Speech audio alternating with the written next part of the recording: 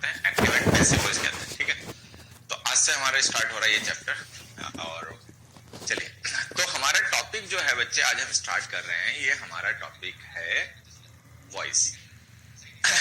तो सबसे पहले, अब जैसे हमने वर्ब चैप्टर पढ़ा है, ठीक है, तो वर्ब चैप्टर सारे बच्चों को क्लियर ही है। ठीक है, अगर हमें वर्ब चैप्टर क्लियर है तो वॉइस स्टार्ट करते हैं। और वॉइस में जैसे कोई बच्चा रहेगा, उसकी चिंता है कि इस चैप्टर के बगैर कैसे होगा, उस चैप्टर के बगैर कैसे होगा, ये टेंशन ना लो बेटा। देखो, होता क्या है कि जो हमने वर्ब चैप्टर पढ़ा है ना, वॉइस भी वर्ब का ही एप्लीकेशन है। लेकिन अब चूंकि ये थोड़ा बड़ा होता है तो इसलिए हमने इसको वर्ब के साथ नहीं कवर किया, बाद में अपना एज ए चैप्टर हम इसको आज स्टार्ट करेंगे। चल, तो सबसे पहले एक्टिव पैसिव मैं एक बार आपको समझा देता हूँ। देखो, एक्टिव पैसिव को ना एक बार रिवाइज कर लेते हैं। पता तो बेसिक बातें तो सबको ही पता है, एक बार जल्दी से ना रिवाइज कर लेते हैं। आ जाइए।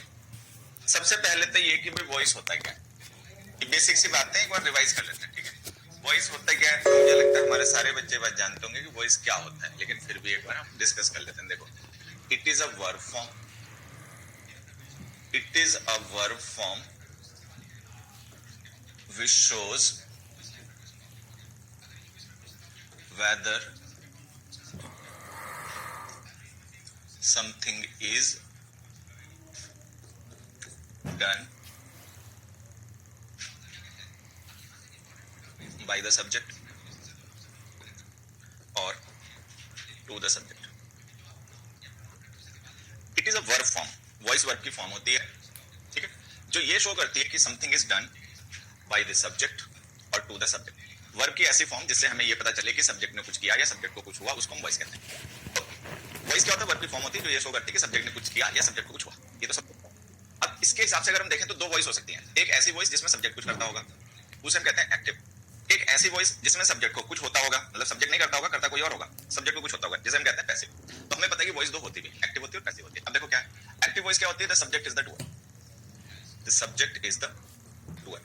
जब हम कभी किसी वर्ब के साथ में ऐसा सब्जेक्ट लिखते हैं जो उस वर्ब का डूअर हो, ठीक है, तो वो वर्ब एक्टिव वॉइस में लिखी जाती है। अच्छा, एग्जांपल से समझे। एग्जांपल से अगर हम समझें, Kamal solved the puzzle, Kamal solve the puzzle. तो यहां पर अगर हम देखेंगे तो जो सॉल्व हमने वर्ब लिखे ना, इसका सब्जेक्ट हमने कमल को बनाया। ठीक है, कमल जो है वो इस वर्ब का सब्जेक्ट होने के साथ साथ में डूअर भी है, सॉल्व करने का काम भी कमल नहीं किया है। तो जो सब्जेक्ट है वही वर्ब का डूअर भी है। तो ये वर्ब हो गई आपकी एक्टिव वॉइस में, पजल इसका ऑब्जेक्ट हो गया और ये वर्ब की हो गई एक्टिव वॉइस। लेकिन हमेशा ऐसा नहीं होता कि वर्ब के साथ लिखा गया सब्जेक्ट वर्ब का डूअर ही हो। कई बार ऐसा होता है कि सब्जेक्ट नहीं कोई और डूअर होता है, मतलब डूअर होता है बट वो सब्जेक्ट नहीं कोई और होता है। तो ऐसी वर्ब्स होती है passive. The subject is not the doer, the subject is not the doer. अगर कभी ऐसा हो कि वर्ब के साथ लिखा गया सब्जेक्ट वर्ब का डूअर ना हो बल्कि कोई और हो, तो ऐसी वर्ब्स को हमें पैसिव वॉइस में लिखना पड़ता है। जैसे कि the puzzle was solved by Kamal. ठीक है, the puzzle was solved by Kamal. अब यहाँ पे ध्यान से देखना, हमने वर्ब लिखी वाज सॉल्व्ड और इसका सब्जेक्ट कैसे बनाया, पजल को, लेकिन पजल डूअर नहीं है। ध्यान से देखो, डूअर कौन है, कमल। और कमल है क्या यहाँ पे, कमल है बाय प्रीपोजिशन का ऑब्जेक्ट।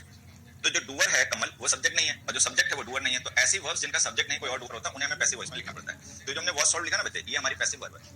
ठीक है, अब जब हम किसी वर्ब को पैसिव बनाते हैं तो वहां पर होता क्या है, हमें उस वर्ब की थर्ड फॉर्म से पहले बी की एक फॉर्म लिखनी पड़ती है। कोई भी वर्ब पैसिव बनाने का मतलब है कि उस वर्ब की थर्ड फॉर्म से पहले बी की एक फॉर्म लिखनी पड़ेगी। अब बी की फॉर्म कई होती है, सबसे ज्यादा जो कंफ्यूजन हमारे बच्चों को होता है वो बी की फॉर्म में ही होता है कि हम कब कौन सी बी की फॉर्म यूज करें, तो बच्चे उसमें गड़बड़ कर लेते हैं। वो अभी मैं फिलहाल में तुम्हें समझा दूंगा, वो ध्यान रखना। एक तो छोटे छोटे पॉइंट्स हैं जो सारे बच्चों को ध्यान रखने हैं। ठीक है, मैं यहाँ पे लिख देता हूँ। देखो कौन सा कलर यूज करें, चलिए इसमें लिखते हैं, डोंट चेंज द टेंस और द मीनिंग।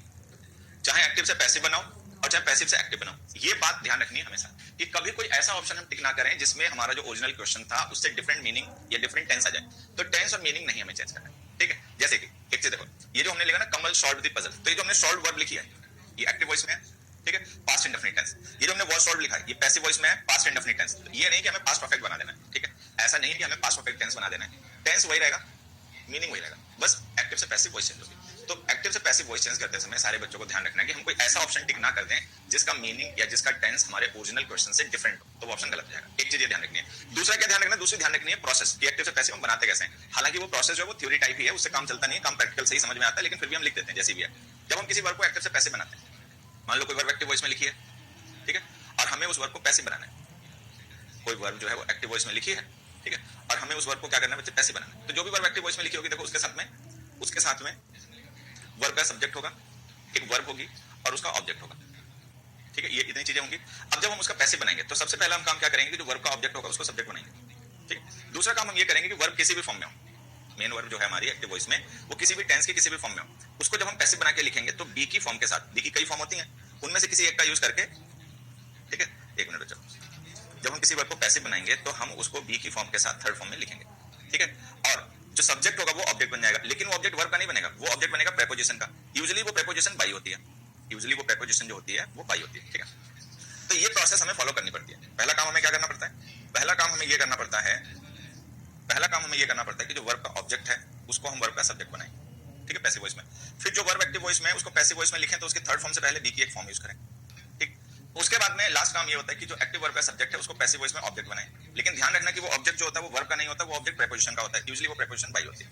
ठीक, तो कहने को तो देखें तो बहुत सिंपल सी प्रोसेस है, बिल्कुल हम समझ जाएंगे, हमें इसमें कोई दिक्कत नहीं होगी, लेकिन दिक्कत होती है। क्यों दिक्कत होती है यहाँ पे? ठीक है, इसमें दिक्कत इसलिए होती है कि बच्चा बी की फॉर्म भूल जाता है। अब बी की form is am are was were का ही होते हैं, अब वो भूल गया कि इज लिखें कि आर लिखें कि वर लिखें कि बीन लिखें कि बींग लिखें, ये बच्चे को कंफ्यूजन हो जाता है। तो सबसे पहले मैं तुम्हें कुछ पॉइंट्स बता देता हूं जिससे कि बी की फॉर्म को यूज करने में हमसे गड़बड़ ना हो। ठीक है, वो सारे बच्चे ध्यान रखेंगे। देखो, forms of be, forms of be, passive verb में हम वर्ब बी की फॉर्म्स कैसे यूज करते हैं ये हमें समझना है। ये सबसे ज्यादा गलतियां होती है तो यही होती है, तो वॉइस इजी चैप्टर होता है उसमें कोई गलतियां नहीं होती, खास करके तुम्हारे पेपर जिन एग्जाम्स को तुम लोग देने की तैयारी कर रहे हो बच्चे, उनमें तो ऑब्जेक्टिव टाइप के क्वेश्चंस आते हैं। ऑब्जेक्टिव टाइप के क्वेश्चंस का मतलब क्या है कि आपको ऑप्शन दिए होते हैं सामने, उनमें से सही आंसर ढूंढना होता है। ठीक है, तो वहां पर तो पेपर ज्यादा इजी होता है, एक्टिव पैसिव तो बहुत इजी होते हैं। ठीक है, तो हमें बी की फॉर्म कैसे डिसाइड कर पाएंगे कि कौन सी यूज करें कौन सी नहीं यूज करें, उसके लिए मैं आपको बताता हूं। उसमें टेंस की हेल्प मिलती है। मान लो आपने कोई वर्ब यूज किया है प्रेजेंट इंडेफिनिट टेंस की, ठीक है, या आपने कोई वर्ब यूज किया है पास्ट इंडेफिनिट टेंस की, या आपने कोई वर्ब यूज किया फ्यूचर इंडेफिनिट टेंस की। ठीक है, ऐसे मान लेते हैं। ठीक है, और हमें उसका पैसिव बनाना है। या आपने कोई वर्ब यूज की है कॉन्टिन्यूअस टेंसेस की, प्रेजेंट कॉन्टिन्यूअस, पास्ट कॉन्टिन्यूअस। ठीक है, मान लो आपने कॉन्टिन्यूअस टेंसेस की कोई वर्ब यूज की है, उसका पैसिव बनाना है। या आपने कोई वर्ब यूज की है परफेक्ट टेंसेस की, उसका पैसिव बनाना है।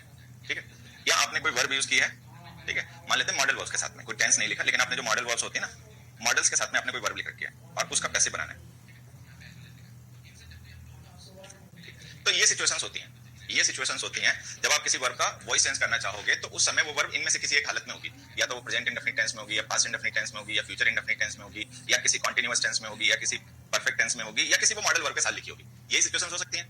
अब हमें उसको चेंज करना है, वॉइस चेंज करना है, तो हमें वॉइस चेंज करते समय क्या करना है कि जो मेन वर्ब है वो तो थर्ड फॉर्म में आएगी, ये तो कंफर्म है। ठीक है, बी की फॉर्म उससे पहले एक हमें लिखनी है। ठीक है, तो अगर हम उससे पहले एक बी की फॉर्म लिखेंगे तो बी की फॉर्म कहां से यूज करेंगे? ठीक है, कौन सी यूज करेंगे, ये हमारा कंफ्यूजन, जिस पर हम ध्यान दे रहे हैं। तो ध्यान से देखो, अगर मान लो हम किसी प्रेजेंट इंडेफिनिट टेंस में लिखे गए वर्ब का पैसिव बना रहे हैं, ठीक है, तो अब देखो जैसे मैं आपको बता रहा था कि प्रेजेंट इंडेफिनिट टेंस की किसी वर्ब का अगर हम पैसिव बना रहे हैं, ठीक है, तो प्रेजेंट इंडेफिनिट टेंस में हमें पता है वर्ब की हम फर्स्ट फॉर्म यूज करते हैं, ये तो सबको पता ही होगा। चलो, तो जब हम प्रेजेंट इंडेफिनिट टेंस में लिखे गए वर्ब का पैसिव बनाएंगे तो जो मेन वर्ब होगी वो तो थर्ड फॉर्म में चली जाएगी। ठीक है, लेकिन उस थर्ड फॉर्म से पहले हम बी की फर्स्ट फॉर्म लिखेंगे। क्यों? क्योंकि प्रेजेंट इंडेफिनिट टेंस में वर्ब की फर्स्ट फॉर्म यूज होती है, तो हम बी की फर्स्ट फॉर्म लिखेंगे मेन वर्ब की थर्ड फॉर्म से पहले प्रेजेंट इंडेफिनिट टेंस का पैसिव बनाने के लिए। अब बी की फर्स्ट फॉर्म कौन सी होती है? इज एम आर, तो हम इज एम आर इनमें से किसी एक का यूज करेंगे और फिर उसका मेन वर्ब की थर्ड फॉर्म लिख देंगे और बन गया प्रेजेंट इंडेफिनिट टेंस का पैसिव। ठीक है, ये एक तरीका। ठीक है, फिर मान लेते हैं पास्ट इंडेफिनिट टेंस का हमें पैसिव बनाना है। ठीक है, तो पास्ट इंडेफिनिट टेंस में क्या होता है? वर्ब की सेकंड फॉर्म यूज होती है, तो जब हम पास्ट इंडेफिनिट टेंस में लिखे गए वर्ब का पैसिव बनाएंगे तो हम बी की सेकंड फॉर्म वाज या वर उनमें से किसी एक का यूज करेंगे मेन वर्ब की थर्ड फॉर्म से पहले और फिर वो मेन वर्ब थर्ड फॉर्म में लिख देंगे, बन गया पास्ट इंडेफिनिट का पैसिव। अब कोई बच्चा ये ना पूछ दे कि इज एम आर में से कौन सा कब यूज करेंगे, कैसे पता चलेगा? वो हम पढ़ चुके हैं, वर्ब में भी पढ़ चुके हैं, सब्जेक्ट और एडवर्ब में पढ़ चुके हैं। ठीक है, फिर आ गया फ्यूचर इंडेफिनिट, कि मान लो हमें फ्यूचर इंडेफिनिट टेंस का पैसिव बनाना है, तो देखो जो फ्यूचर के टेंसेस होते हैं ना उनमें विल और शैल मॉडल्स लिखे होते हैं, सबको पता है ना विल शैल लिखे होते हैं। अब विल शैल मॉडल्स हैं तो हमें पता है कि मॉडल्स के साथ में वर्ब की फर्स्ट फॉर्म आती है हमेशा, है कि नहीं? तो हम जब फ्यूचर इंडेफिनिट टेंस में लिखे गए वर्ब का पैसिव बनाएंगे तो विल या शैल के साथ में बी लिखकर, क्योंकि बी बेस फॉर्म होती है, अब फिर मेन वर्ब की थर्ड फॉर्म लिखेंगे, बन गया पैसिव। ठीक है, कॉन्टिन्यूअस टेंसेस, अब जो कॉन्टिन्यूअस टेंसेस होते हैं उनमें मेन वर्ब आईएनजी फॉर्म में यूज होती है, लेकिन जब हम पैसिव बना देंगे मेन वर्ब का तो वो थर्ड फॉर्म में चली जाएगी, तो हम बी की आईएनजी फॉर्म उससे पहले लिख देंगे। तो कॉन्टिन्यूअस टेंसेस में हम मेन वर्ब की थर्ड फॉर्म से पहले बी की आईएनजी फॉर्म जो कि बीइंग होती है वो लिखते हैं। ठीक है, परफेक्ट टेंसेस में मेन वर्ब की थर्ड फॉर्म यूज होती है, तो जब हम पैसिव वॉइस बनाएंगे तो हम क्या करेंगे कि जो बी की थर्ड फॉर्म होती है बीन, उसका यूज मेन वर्ब की थर्ड फॉर्म से पहले करेंगे परफेक्ट टेंसेस की वर्ब्स का पैसिव बनाने के लिए। तो परफेक्ट टेंसेस की वर्ब्स का पैसिव बनाने के लिए हम क्या करेंगे? बी की थर्ड फॉर्म बीन का यूज मेन वर्ब की थर्ड फॉर्म से पहले करेंगे पैसिव बनाने के लिए। फिर आगे मान लो कोई वर्ब मॉडल्स के साथ लिखी गई है, यूज टू के साथ लिखी है, कैन के साथ लिखी है, मे के साथ लिखी है, तो हम उसका क्या करेंगे? ठीक है, तो जो मॉडल्स होते हैं उनके साथ में हमेशा वर्ब की बेस फॉर्म यूज होती है, तो जैसे हमने विल शैल के साथ बेस फॉर्म बी लिखकर फिर मेन वर्ब की थर्ड फॉर्म लिखा था, वैसे ही किसी भी मॉडल वर्ब के साथ में लिखी गई वर्ब का अगर हम पैसिव बनाएंगे तो हम बी प्लस थर्ड फॉर्म लिख देंगे, बन गया पैसिव। ठीक है, तो इस तरीके से हम बी की फॉर्म्स को डिसाइड कर लेते हैं हम कौन सी बी की फॉर्म यूज करेंगे। ठीक है, चलो अब मैं ना, हालांकि इसमें ज्यादा जरूरत तो नहीं है, लेकिन फिर भी मुझे ना तुम में से कुछ पे डाउट है कि तुम में से कुछ ना बहुत बड़े लल्लू हो, तो एक दो एग्जांपल से बता देता हूँ। देखो, जैसे मान लो हमने प्रेजेंट टेंस लिखा, ठीक है, मान लो हमने प्रेजेंट टेंस में एक वर्ब लिखी डज, या ईट लिख देता हूँ, ईट लिख देता हूँ। मान लो मैंने एक वर्ब लिखी ईट्स, ये प्रेजेंट इंडेफिनिट टेंस की एक्टिव वर्ब है। हम इसका पैसिव बनाएंगे तो हमें क्या करना पड़ेगा, इज एम या आर में से किसी एक के साथ थर्ड फॉर्म लिखनी पड़ेगी। इज एम या आर में से किसी एक के साथ थर्ड फॉर्म लिखनी पड़ेगी। ये प्रेजेंट इंडेफिनिट का पैसिव बन गया। थर्ड फॉर्म का मतलब है eaten, is eaten, are eaten, am eaten, ऐसे कुछ लिख देंगे सब्जेक्ट के अकॉर्डिंग, तो बन गया प्रेजेंट इंडेफिनिट का पैसिव। ठीक है, फिर मान लो हमने पास्ट इंडेफिनिट टेंस में कोई वर्ब लिखी एट और हमें इसका पैसिव बनाना है, तो हम क्या करेंगे, वॉज या वर्ब में से कोई एक सब्जेक्ट के नंबर के अकॉर्डिंग यूज करके और फिर उसके साथ मेन वर्ब की थर्ड फॉर्म लिख देंगे और बन गया पैसिव। फिर मान लो हमें विल शैल के साथ फ्यूचर टेंस में लिखी गई वर्ब का पैसिव बनाना है, तो मान लो कहीं पे लिखा will be eat, will eat, मान लो विल ईट एक्टिव वर्ब लिखी हुई है, ठीक है, और हमें इसका पैसिव बनाना है। तो फ्यूचर है तो हम टेंस तो चेंज कर नहीं सकते, विल तो हमें लिखना ही लिखना है, ठीक है। अब ये जो ईट वर्ब है इसका हमें पैसिव फॉर्म बनाना है, तो हम क्या करेंगे, हमने क्या पढ़ा कि मॉडल्स के साथ में हम मेन वर्ब की थर्ड फॉर्म से पहले बी की बेस फॉर्म बी लिखते हैं पैसिव बनाने के लिए, तो हम लिखेंगे विल बी ईटन। हम क्या लिख देंगे, विल बी ईटन, ये लो बन गया पैसिव, ठीक है, ये बन गया पैसिव। फिर मान लो हमें यहाँ पे प्लस लगा दो, चलो ठीक। फिर मान लो हमें कॉन्टिन्यूअस टेंस का पैसिव बनाना है, प्रेजेंट का या पास्ट का कोई भी मान लेते हैं, मान लेते हैं हमने पास्ट का कॉन्टिन्यूअस लिख दिया, वाज ईटिंग, ठीक है। अभी जो was eating past continuous tense की वर्ब है, हमें इसका पैसिव बनाना है, तो टेंस तो चेंज होगा नहीं, पास्ट कॉन्टिन्यूअस तो पास्ट कॉन्टिन्यूअस ही रहेगा, तो हम सब्जेक्ट के अकॉर्डिंग, अगर सब्जेक्ट सिंगुलर होगा तो वाज, प्लूरल होगा तो वर लिखेंगे। फिर उसके बाद में हम क्या करेंगे, कॉन्टिन्यूअस टेंस है, कोई भी वर्ब अगर कॉन्टिन्यूअस टेंस की है आईएनजी फॉर्म में, तो जब हम उसका पैसिव बनाएंगे तो बीइंग प्लस थर्ड फॉर्म हो जाएगी, तो ये बीइंग ईटन हो जाएगा, बीइंग ईटन, ठीक है। ये ध्यान रखना जो मैंने कहा है, कोई भी वर्ब जो आईएनजी फॉर्म में है जब हम उसका पैसिव बनाते हैं तो वो बीइंग प्लस थर्ड फॉर्म हो जाती है, तो जो ईटिंग है उसका पैसिव बनाओगे तो बीइंग ईटन हो जाएगा, ठीक। फिर मान लो कोई वर्ब जो परफेक्ट टेंस में लिखी है, मान लो प्रेजेंट परफेक्ट टेंस में, पास्ट परफेक्ट टेंस में कोई वर्ब लिखी है हैड ईटन एक्टिव फॉर्म में, और हमें इसका पैसिव बनाना है, ठीक है, तो टेंस तो पास्ट परफेक्ट ही रहेगा, तो हैड हेल्पिंग वर्ब तो पास्ट परफेक्ट की लिखनी ही पड़ेगी। अभी जो ईटन वर्ब की थर्ड फॉर्म है, इसको पैसिव बनाने के लिए इससे पहले हमें बी की थर्ड फॉर्म बीन लिखनी पड़ेगी, तो हम लिख देंगे हैड बीन ईटन, तो ये पास्ट परफेक्ट का पैसिव बन गया, ठीक है। फिर मॉडल वर्ब्स, मॉडल वर्ब्स मान लो लिखा हुआ शुड ईट, मान लो मॉडल वर्ब हमने शुड के साथ में मेन वर्ब लिख दी ईट, अब हमें इसका पैसिव बनाना है, ठीक है, तो मॉडल को हम चेंज तो करेंगे नहीं, शुड का शुड ही रहने देंगे, ठीक है। उसके बाद पैसिव बनाना है, तो हम बी प्लस थर्ड फॉर्म लिख देंगे, शुड बी ईटन। चल अब जल्दी से बता दो यहाँ तक सबको क्लियर या नहीं क्लियर, यहाँ तक सबको क्लियर ना, बस यही होता है, सबसे मेन चीज यही है, बाकी जो छोटे छोटे पॉइंट्स हैं वो मैं तुम्हें तुरंत समझाऊंगा, तुरंत समझ में आ जाएंगे, बट ये बात दिमाग में कई होते हैं ना, उनकी जाती नहीं है, खोपड़ी में बातें नहीं बसती, ठीक है। तो ये देख लो, ये तुम्हें समझ में आ गया जो बताया गया कि नहीं, मतलब ये जो बताया गया समझ में आ गया कि नहीं, ये बता दो और बस हम आगे बढ़े। एक छोटी सी बात और ऐसे ही है, मैं लिखूंगा नहीं यहाँ पे, लेकिन तुम्हें ओरली बता देता हूँ, ठीक है, ओरली बता देता हूँ क्योंकि सबको पता है, मतलब लिखने की फॉर्मेलिटी है, उसका कोई फायदा नहीं है। देखो, जब हम कभी किसी वर्ब का वॉइस चेंज करते हैं ना बच्चे, तो वहां पे जो हमारा प्रोनाउन होता है, ठीक, जो हमारा प्रोनाउन होता है, अगर वो सब्जेक्ट हुआ तो हमें उसे पैसिव में ऑब्जेक्ट बनाना पड़ता है प्रीपोजिशन का, ठीक है, तो सब्जेक्ट से ऑब्जेक्ट बना देते हैं, या जैसे अगर कोई प्रोनाउन ऑब्जेक्ट हुआ एक्टिव फॉर्म में, तो पैसिव में उसको सब्जेक्ट बनाओगे तो उसका हम नॉमिनेटिव केस लिख देते हैं, ठीक है। जैसे आई का मी, मी का आई हो जाता है, वी का आस, आस का वी हो जाता है, तो ये तो सबको पता ही होगा, ऐसा तो है नहीं कि मैं नहीं बताऊंगा तो तुम जानोगे नहीं, ये तो सबको पता ही होगा कि अगर कोई प्रोनाउन हमने सब्जेक्ट बना के लिखा है तो वो नॉमिनेटिव केस में, ऑब्जेक्ट बनाओगे तो ऑब्जेक्टिव केस में चला जाएगा, और अगर कोई प्रोनाउन ऑब्जेक्ट है और हमने उसको पैसिव वॉइस में सब्जेक्ट बनाया तो ऑब्जेक्टिव केस से नॉमिनेटिव केस में चेंज हो जाएगा, ठीक है। ये सबको पता है, तो मैं लिख नहीं रहा हूं, इतना जान लेना। आ जाओ, अब हम शुरुआत करते हैं असर्टिव सेंटेंसेस की प्रैक्टिस से। सबसे पहले हम लोग क्या करेंगे, जो असर्टिव सेंटेंसेस होते हैं, ठीक है, जिनमें हम कोई स्टेटमेंट देते हैं, किसी को कुछ बताते हैं, उनका वॉइस चेंज करना शुरू करेंगे, ठीक है। आज शुरुआत करते हैं, शुरुआत करें। देखो, सबसे पहला क्वेश्चन देखा सारे बच्चे, we are learning English this days, ठीक है, तो इसमें इंग्लिश ऑब्जेक्ट है, वी सब्जेक्ट है, तो इंग्लिश को हमें क्या करना पड़ेगा, सब्जेक्ट बनाना पड़ेगा इंग्लिश। अभी ध्यान से देखो, टेंस कौन सा है, प्रेजेंट कॉन्टिन्यूअस, तो टेंस तो प्रेजेंट कॉन्टिन्यूअस ही रहेगा, टेंस तो हम चेंज कर नहीं सकते। देखो इंग्लिश, अब हमें पता है ऑब्जेक्ट इंग्लिश है, उसको सब्जेक्ट बनाएंगे तो हम क्या लिखेंगे, इंग्लिश, ठीक है, ये हो गया। अब are learning present continuous tense है, तो हमें प्रेजेंट कॉन्टिन्यूअस टेंस ही रखना है, टेंस हम चेंज करेंगे नहीं। अब सब्जेक्ट यहाँ पे वी था तो हमने हेल्पिंग और आर लिख रखी थी, अभी इंग्लिश सब्जेक्ट बन गया जो कि सिंगुलर है, तो हम हेल्पिंग और इज लिख देंगे, इज लिख दिया। अब मैंने आपसे कहा कि कोई भी वर्ब की आईएनजी फॉर्म जो होती है, जब हम उसको पैसिव बनाते हैं तो वो बीइंग प्लस थर्ड फॉर्म हो जाती है, तो लर्निंग का पैसिव बनाओगे तो बीइंग लर्नड हो जाएगा, ठीक है। English is being learned this days, चाहो तो पहले लिख दो चाहे बाद में लिख दो, उससे कोई फर्क नहीं पड़ता। English is being learned this days by us, ठीक है। दूसरे में जाओ, you have not informed the minister yet. अब देखो, द मिनिस्टर हमारा ऑब्जेक्ट है, तो हमने सब्जेक्ट बनाया द मिनिस्टर। अब ये प्रेजेंट परफेक्ट टेंस है, has not informed present perfect tense है, ठीक है, तो प्रेजेंट परफेक्ट ही रहेगा। अब यहाँ पे सब्जेक्ट यू था तो हमने हेल्पिंग और हैव लिखी थी, अब सब्जेक्ट मिनिस्टर बन गया तो हम हैज लिखेंगे। हैड मत लिख देना, कहीं बच्चा टेंस चेंज कर दे, वॉइस में टेंस नहीं चेंज होता, तो हैज लिख दिया। अब उसके बाद में क्या लिखा, नॉट इन्फॉर्म्ड, ये नेगेटिव वर्ब है, तो जब हम पैसिव बनाएंगे तो नॉट बीन इन्फॉर्म्ड हो जाएगा, तो क्या हो जाएगा बच्चे, not been informed yet, yet by you. अच्छा, एक छोटा सा पॉइंट मैं तुम लोगों को बता दूं, हालांकि हम लोगों ने वर्ब चैप्टर में डिस्कस किया था, लेकिन फिर भी मैं बता देता हूं, ध्यान देना।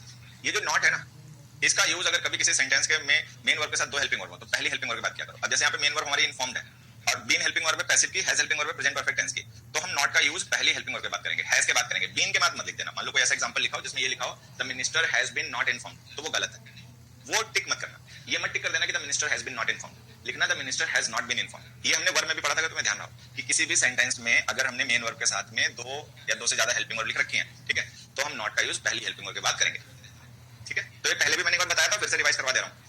अगले पे आ जाओ। अगला क्वेश्चन लिखा है uncle does not speak English, my uncle does not speak English. तो यहाँ पे ध्यान से देखो, ये जो इंग्लिश है हमारा ऑब्जेक्ट है, सब्जेक्ट बना लेते हैं जब इंग्लिश, ठीक है। अब जब डू डज लिखे होते हैं तो प्रेजेंट इंडेफिनिट टेंस होता है, तो ये प्रेजेंट इंडेफिनिट टेंस है, तो ये जो डज है हट जाएगा, प्रेजेंट इंडेफिनिट टेंस में पैसे बनाते हैं तो इसे हमारे साथ थर्ड फॉर्म लिखनी पड़ती है। इंग्लिश सिंगुलर है तो इसके साथ इज लिखेंगे। अब लिखेंगे मेन वर्ब की third form, not spoken. English is not spoken by my uncle, English is not spoken by my uncle, ये पैसे बन गया, ठीक है। बस ये ध्यान रखना कि भाई हमारी वर्ब कौन से टेंस में है, उसके हिसाब से अपना इज हमारा यूज करके और मेन वर्ब की थर्ड फॉर्म लिख के पैसे बना। अगला देखो, Kamal will send you an anonymous letter. अब यहाँ पे थोड़ा सा सबको दिमाग लगाना है। क्या दिमाग लगाना है? यहाँ देखो, ये जो दूसरा एग्जांपल हमने लिखा ना, इसमें सारे बच्चों को ध्यान रखना है। क्या ध्यान रखना है कि यहाँ पे हमारे पास दो वर्ब है, दो सॉरी ऑब्जेक्ट है। एक ऑब्जेक्ट है यू जो कि इनडायरेक्ट ऑब्जेक्ट है, एक ऑब्जेक्ट है एनोनिमस लेटर जो कि डायरेक्ट ऑब्जेक्ट। तो हमारे पास यहाँ दो ऑब्जेक्ट्स हैं। अब हमने क्या पढ़ा कि अगर किसी वर्ब के साथ में दो ऑब्जेक्ट्स हों तो हम उसके दो पैसे बना सकते हैं। एक एक ऑब्जेक्ट को एक एक बार सब्जेक्ट बना लो। अब एक बार हम मान लेते हैं कि जो यू है इनडायरेक्ट ऑब्जेक्ट, इसको सब्जेक्ट बना लेते हैं और फिर पैसिव कर देते हैं। हम लिख देते हैं यू विल बी सेंट, ठीक है। ये फ्यूचर इंडेफिनिट है तो फ्यूचर इंडेफिनिट का पैसिव बनाओगे तो विल सेल के साथ में बी प्लस थर्ड फॉर्म लिखनी पड़ेगी। तो हमने लिख दिया you will be sent an anonymous letter by Kamal, ठीक है। तो इसमें हमने क्या किया कि जो हमारा इनडायरेक्ट ऑब्जेक्ट था उसको सब्जेक्ट बना लिया, ठीक है। दूसरा ऑप्शन, अब हम क्या करते हैं डायरेक्ट ऑब्जेक्ट को सब्जेक्ट बना लेते हैं। An anonymous letter will be sent to you by Kamal. अब यहाँ पे ध्यान रखने वाली बातें क्या है, ठीक है। पहली बात जो ध्यान रखने वाली है वो ये कि जब हम डायरेक्ट ऑब्जेक्ट को सब्जेक्ट बना देंगे, जैसे हमने डायरेक्ट ऑब्जेक्ट को सब्जेक्ट बना दिया, ठीक है, तो वो जो इनडायरेक्ट ऑब्जेक्ट होगा उसको वर्ब के साथ लिखेंगे प्रीपोजिशन के साथ में। तो हमने ये पढ़ा भी था वर्ब में कि जो इनडायरेक्ट ऑब्जेक्ट होता है वो रेसिपिएंट या बेनिफिशियरी होता है, तो उसके साथ हमें टू या फॉर प्रीपोजिशन लिखनी पड़ती है अगर वो बिना डायरेक्ट ऑब्जेक्ट के लिखा हो तो यहाँ पे टू लिखना पड़ेगा, ठीक है। और जब हम इनडायरेक्ट ऑब्जेक्ट को सब्जेक्ट बनाएंगे तो जो डायरेक्ट ऑब्जेक्ट होगा वो वर्ब के बाद बिना ही प्रीपोजिशन के लिखा जाएगा, उसके साथ हम प्रीपोजिशन नहीं लिखेंगे, ठीक। तो ध्यान ये रखना है कि ऐसा ना हो कि टू ड्रॉप हो जाए, कोई ये ना लिख दे an anonymous letter will be sent you by Kamal, ठीक। जब हम डायरेक्ट ऑब्जेक्ट को सब्जेक्ट बना लेते हैं तो जो इनडायरेक्ट ऑब्जेक्ट होता है वो वर्ब का रियल ऑब्जेक्ट नहीं होता है, हम उसको प्रीपोजिशन के साथ लिखते हैं। ये वर्ब में हमने पढ़ा था, सबको ध्यान होगा, ठीक है। तो अगर कोई वर्ब ऐसी हो जिसके साथ में दो ऑब्जेक्ट लिखा हो, डायरेक्ट इनडायरेक्ट दोनों ही, तो हम दोनों का पैसे बना सकते हैं। अब यहां से क्या होता है कि एसएससी के एग्जाम्स में एक दो बार ऐसा हो चुका कि वो दोनों ऑप्शन दे देते हैं, ठीक है, वो दोनों ऑप्शन दे देते हैं, ये ऑप्शन भी दे दिया, ये भी दे दिया। अब मान लो अगर ये दोनों ऑप्शन ना दिया हो, कोई एक ही ऑप्शन दिया हो, तो जो ऑप्शन दिया होगा वो आंसर हो जाएगा। या मान लो किसी एक ऑप्शन में ग्रामेटिकल कोई एरर है तो जिसमें ग्रामेटिकल एरर नहीं है वो हमारा आंसर हो जाएगा। अब हम एक सिचुएशन ऐसी मानते हैं कि दोनों ऑप्शन में दे रखे दोनों ही ग्रामेटिकली करेक्ट है, तो हम पता क्या करेंगे, तो हम जिसमें डायरेक्ट ऑब्जेक्ट को सब्जेक्ट बनाएगा उसको टिक करेंगे, मतलब हम प्रेफर करेंगे उसको जिसमें डायरेक्ट ऑब्जेक्ट को सब्जेक्ट बनाएगा, क्योंकि वर्ब का रियल ऑब्जेक्ट जो होता है वो डायरेक्ट ऑब्जेक्ट ही होता है। तो ये अपना ध्यान देना, जब किसी वर्ब के साथ में दो ऑब्जेक्ट लिखे हो तो हम उसका दो तरीके से पैसे बना सकते हैं, ठीक है। एक एक ऑब्जेक्ट को एक एक बार सब्जेक्ट बना के, ठीक है। एक क्वेश्चन में ऐसे तुमसे पूछना चाहता हूं, एक क्वेश्चन ऐसे पूछना हो, चलो आंसर बताएं सारे बच्चे। देखो क्वेश्चन ये है, the sun gives us light, ठीक है। इसका पैसे बनाओ सभी लोग, दो पैसे बनेंगे P1 P2, कौन कौन से दो बनेंगे वो अपना दिमाग यूज करो, चलो बनाओ। The sun gives us light, इसके दो पैसे बनाए सभी लोग। अब देखो यहां पर हमारे पास क्या है, दो ऑब्जेक्ट हैं, एक है अस इनडायरेक्ट ऑब्जेक्ट और एक है लाइट डायरेक्ट ऑब्जेक्ट, ठीक है। तो हम इसके दो पैसे बना सकते हैं।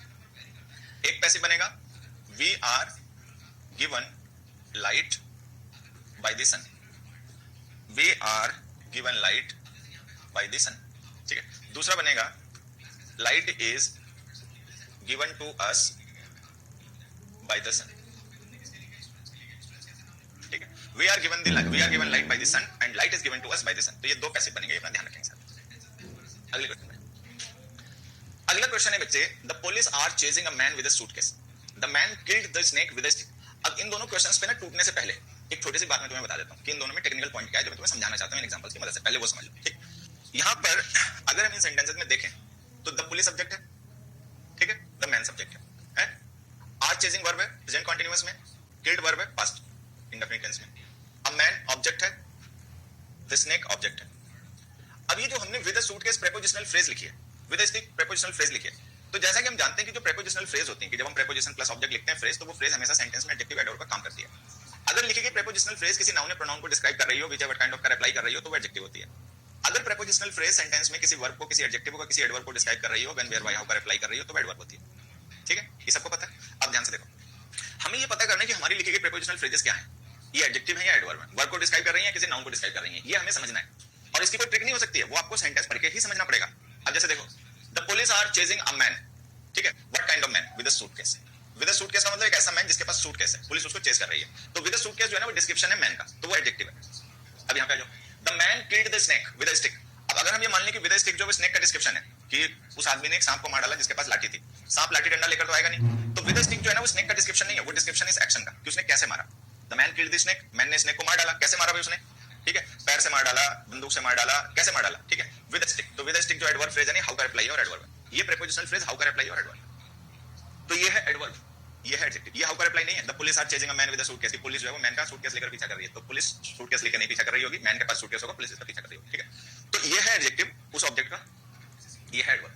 अब ध्यान क्या रखना है, ध्यान ये रखना है कि जब हम कभी किसी ऑब्जेक्ट के बाद में कोई ऐसी प्रीपोजिशनल फ्रेज लिखते हैं जो उसके लिए एडजेक्टिव का काम कर रही हो, तो जब हम वॉइस चेंज करते समय उस ऑब्जेक्ट को सब्जेक्ट बनाएंगे, तो वो प्रीपोजिशनल फ्रेज उसके साथ लिखेंगे। तो हम इसका पैसिव ऐसे बनाएंगे, a man with a suitcase, a man with a suitcase is being, present continuous tense है ना बच्चे, तो हम लिखेंगे is being chased by the police. ठीक है, इसका पैसिव कैसे बनाएंगे। अब चूंकि विद अ स्टिक जो है वो प्रीपोजिशनल फ्रेज स्नेक का तो डिस्क्रिप्शन है नहीं, तो स्नेक जो हमारा ऑब्जेक्ट है हम उसको सब्जेक्ट बना लेंगे, विद अ स्टिक को वहीं छोड़ देंगे। तो इसका हम पैसिव ऐसे बनाएंगे, the snake was killed with a stick by the man. तो ये जो प्रीपोजिशनल फ्रेजेस कई बार लिखी होती है ना, तो थोड़ा सा हमें इनका ध्यान रख लेना चाहिए कि अगर प्रीपोजिशनल फ्रेज एडवर्ब हो तो इनको वहीं लिखा रहने दिया करो जहां ये लिखी होती हैं। लेकिन अगर प्रीपोजिशनल फ्रेजेस एडजेक्टिव हो किसी नाउन या प्रोनाउन का, तो जब तुम उस नाउन या प्रोनाउन की पोजीशन चेंज करोगे वॉइस चेंज करते समय, तो वो प्रीपोजिशनल फ्रेज की भी पोजीशन चेंज होगी, ये ध्यान रखना। तो कई बार ऐसा देखोगे प्रीपोजिशनल फ्रेज जो है वो नाउन के साथ ही शिफ्ट हो गई, कई बार देखोगे वो नहीं शिफ्ट हुई, वहीं लिखी रही। तो ये तुम्हें ध्यान रखना पड़ेगा सेंटेंस पढ़ के, इस तरीके के मतलब डिफरेंसेस काम आते हैं पेपर में। एक छोटा सा क्वेश्चन देखें सर, एक मैंने क्वेश्चन लिखा, ये भी तो लिखे वैसे ही लिख देता हूं। एक मैंने क्वेश्चन लिखा, he helped the man with, एक minute, he helped the man with, क्या लिखा हूं, he helped the man with long hair, ठीक है, he helped the man with long hair, ठीक है, he helped the man, he helped the man with money। इन दोनों का वॉइस चेंज कर चलो, सारे बच्चे इनका वॉइस चेंज करें।